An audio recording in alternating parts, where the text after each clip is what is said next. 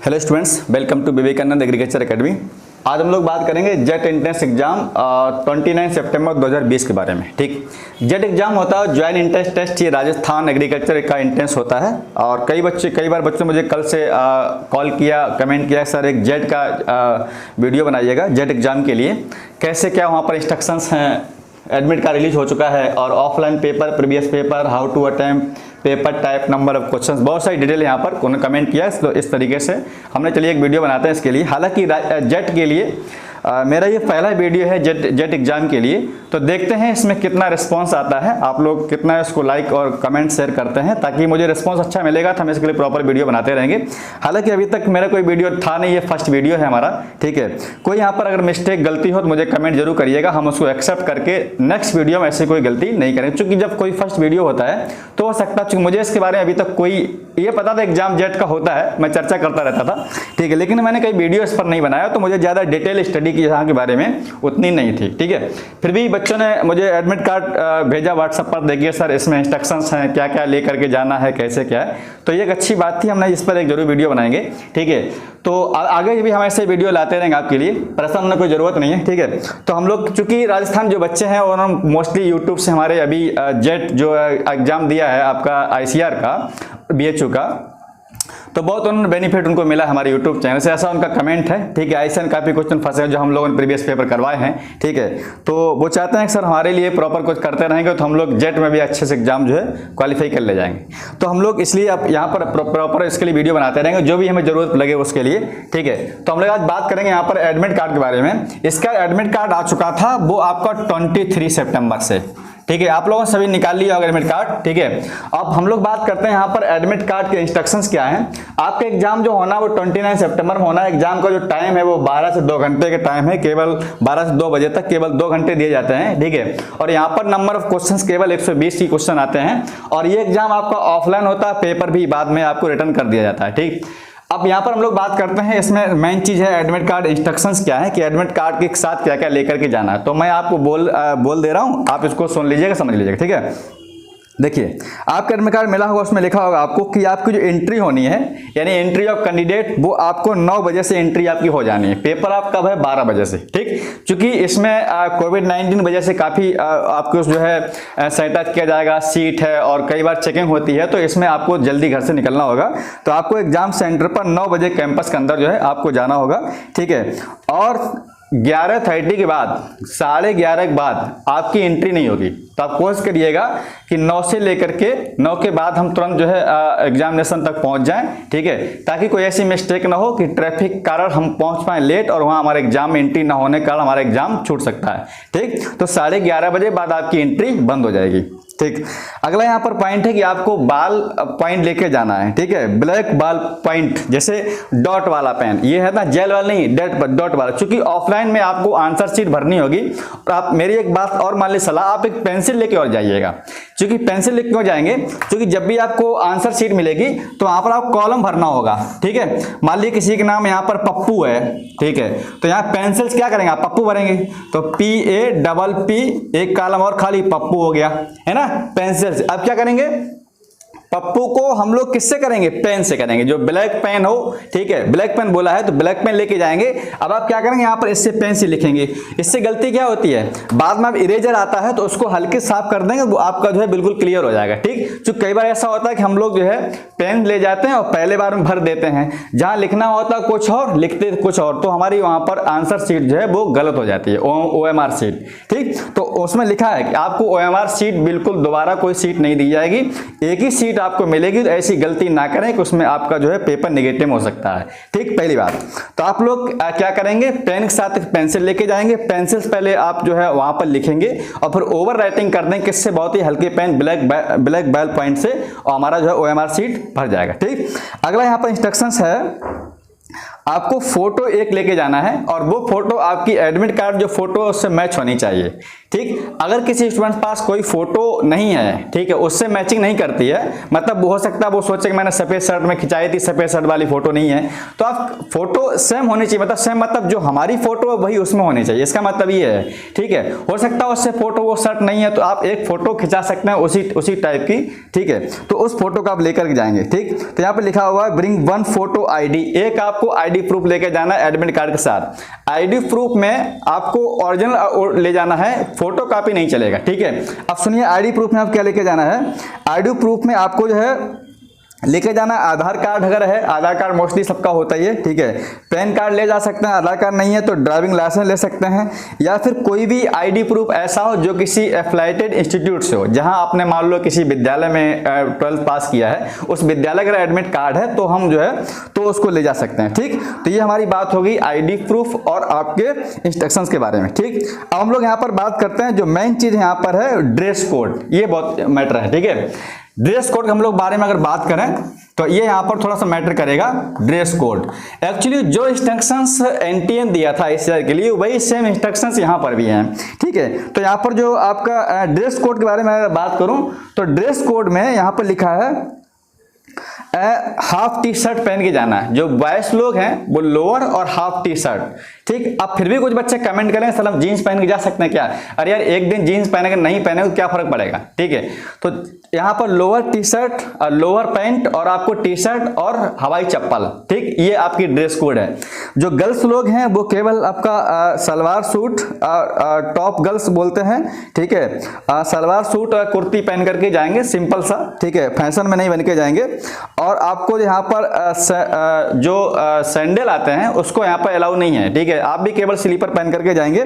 इसके बाद कुछ लिखा हुआ है यहाँ पर बियरिंग शूज, सॉक्स और रिस्ट वॉच, घड़ी। जो स्टूडेंट्स हैं गर्ल्स कोई भी हो, ठीक है, घड़ी पहन करके नहीं जाएंगे। और कानों में नोच, कानों में यहाँ पर ईयर एंड नोच पिन, लॉकेट एंड चैन, किसी प्रकार कोई भी वस्त्र आभूषण आप पहन करके नहीं जाएंगे लड़कियां लोग। ठीक है, और कोई भी ऑर्नामेंटल आप लोग पहन करके नहीं जाएंगे, जो भी सजावटी आभूषण आते हैं। ठीक है, बाला है, जो भी कुंडल है, तो कई सारी चीजें होती हैं, तो आप लोग समझते हैं इस चीज को, तो आप लोग उसको पहन करके नहीं जाएंगे। लड़के लोग जूते पहन करके नहीं जाएंगे, सिंपल आपको टी शर्ट लोअर में जाना है, हवाई चप्पल में। लड़कियां लोग केवल सिंपल सलवार कुर्ती में, हवाई चप्पल में। ठीक, इसके अलावा कोई भी टोपी, घड़ी, बेल्ट, चश्मा अगर आपका आई कांटेक्ट वाला है, ठीक है, तो हम लोग उसका ले जा सकते हैं। बाद बाकी अदर वहां पर आपको लेंस एलिजिबल नहीं होगा। ठीक है, यहाँ पर इंस्ट्रक्शंस हो गए। अब हम लोग बात करते हैं, ठीक है, इसी के बारे में थोड़ा सा और यहाँ पर पॉइंट अगर देखेंगे तो जो भी यहाँ पर रूल्स आपको फॉलो करने पड़ेंगे, कोविड-19 के जो भी रूल्स होते हैं, जैसे आपको एक सैनिटाइज लेके जाना पड़ेगा, मास्क आपका होना चाहिए, और नंबर 3 सोशल डिस्टेंसिंग। इस 3 रूल को आपको फॉलो करना पड़ेगा। ठीक है, क्या क्या? एक आपका मास्क होना चाहिए, सैनिटाइजर, और आपका जो है सोशल डिस्टेंसिंग। ठीक है, ठीक है, 2 गज की दूरी बना करके आप लोग चलेंगे। तो इस तरीके से हम एग्जामिनेशन हॉल में जाएंगे। तो ये हमारे मेन इंस्ट्रक्शन थे जो हमने आप लोगों को दिए हैं। ठीक है, अब यहाँ पर कोई ऐसा इंस्ट्रक्शन नहीं है जो यहाँ पर कोई बहुत ही जरूरी हो। ठीक है, अगर हो सकता है आपको जैसे पानी बोतल ले जानी है तो हम पानी बोतल भी ले जा सकते हैं, ट्रांसपेरेंट बोतल। तो ये हमारे इंस्ट्रक्शन थे। हम लोग यहाँ पर बात कर लेते हैं एडमिट कार्ड इंस्ट्रक्शंस हमारे हो गए। पेपर हमारा कैसा होगा? ऑफलाइन होगा। अच्छा, अब हम लोग बात करते हैं पेपर टाइप के बारे में। पेपर राजस्थान का मैंने देखा है कि बहुत ही इजी पेपर आता है। जैसे हमने केमिस्ट्री पेपर देखा है, जो आपने 9th और 10th केमिस्ट्री पढ़ी है, मोस्टली क्वेश्चन हमने देखा 9th और 10th के उसमें आए हुए हैं, बहुत ही बेसिक केमिस्ट्री पेपर। ठीक है, क्योंकि राजस्थान में कट ऑफ बहुत कम जाती है। ठीक है, इसकी वजह क्या होती है, जो वहाँ जो कोटा सेंटर लगा हुआ कोचिंग का, तो मोस्टली बच्चे जेई और नीट तैयारी करना चाहते हैं, वो एग्रीकल्चर फील्ड में कम जाना चाहते हैं। अगर जाना चाहते हैं ICAR टॉप यूनिवर्सिटी में जाना चाहते हैं। अब उनको पता चल गया तो मोस्टली स्टूडेंट्स सब नीट और जेई वाले जो बच्चे हैं वो धीरे धीरे इधर आने लगे एग्रीकल्चर फील्ड में, क्योंकि उधर थोड़ा कंपटीशन ज्यादा बढ़ रहा है और टाइम भी ज्यादा लगता है। एग्रीकल्चर फील्ड में जल्दी आपको नौकरी मिल जाती है। ठीक है, प्लेसमेंट अच्छे मिल जाते हैं, अच्छा यहाँ पर जो है जॉब भी मिल जाता है, तो इसलिए जल्दी रोजगार मिलने के कारण वो बच्चे इधर अब आना शुरू हो गए हैं।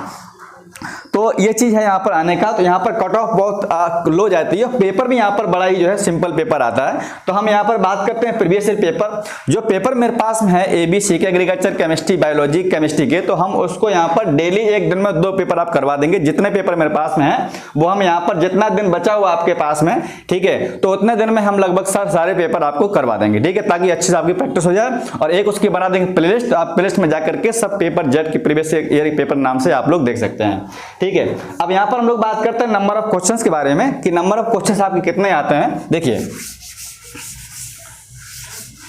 नंबर ऑफ क्वेश्चंस अगर आते हैं, मैं बात करूं यहाँ पर, तो आपके नंबर ऑफ क्वेश्चंस जो आते हैं वो प्रत्येक सब्जेक्ट से आते हैं 40 क्वेश्चन। मान लिया अगर स्टूडेंट्स पीसीबी का है तो यहाँ पर 40 क्वेश्चंस और 40 क्वेश्चंस, टोटल यहाँ पर उसके हो गए 120 क्वेश्चन। यानी पीसीबी स्टूडेंट के लिए कितना होगा, 120 क्वेश्चन, ठीक है। और एक क्वेश्चन होता है आपका 4 नंबर का, तो टोटल आपका जो बनता है वो आपका 480 नंबर का आपका पेपर बनता जाकर के है, ठीक है। यहाँ पर नेगेटिव मार्किंग होती है -1। तो एक क्वेश्चन अगर आप गलत कर देंगे तो जब 4 नंबर होता है तो एक क्वेश्चन पर आपके 5 नंबर माइनस हो जाएंगे, ठीक है। मैं बहुत पहले वीडियो बना चुका था नेगेटिव मार्किंग इन ICAR BHU, अगर आप वीडियो देखना है ऊपर सर्च कर यूट्यूब पर नेगेटिव मार्किंग इन ICAR BHU तो आपको मिल जाएगा, ठीक है, ध्यान रखना।